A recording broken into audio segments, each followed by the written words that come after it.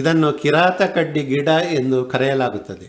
ಇಂಗ್ಲಿಷ್ನಲ್ಲಿ ಇದನ್ನು ಗ್ರೀನ್ ಕಿರಾತ ಎಂದು, ಹಿಂದಿಯಲ್ಲಿ ಕೂಡ ಇದನ್ನು ಕಿರಾತ ಎಂದು ಕರೆಯುತ್ತಾರೆ. ಆಂಡ್ರೋಗ್ರಾಫಿಸ್ ಪೆನಿಕುಲೇಟ ಎಂಬುದು ಇದರ ವೈಜ್ಞಾನಿಕ ಹೆಸರು. ಶೀತ ಜ್ವರದ ನಿವಾರಣೆಗಾಗಿ ಬಹಳ ಹಿಂದಿನಿಂದಲೂ ಇದರ ಬಳಕೆ ತುಳುನಾಡಿನಲ್ಲಿದೆ.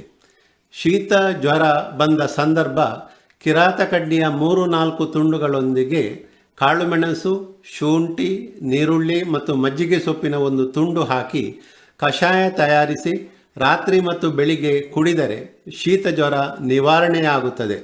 ತುಳುನಾಡಿನ ಗ್ರಾಮಾಂತರ ಪ್ರದೇಶದ ಹೆಚ್ಚಿನ ಜನರಲ್ಲಿ ಇದರ ಕಷಾಯ ಸೇವನೆಯು ಬಳಕೆಯಲ್ಲಿದೆ.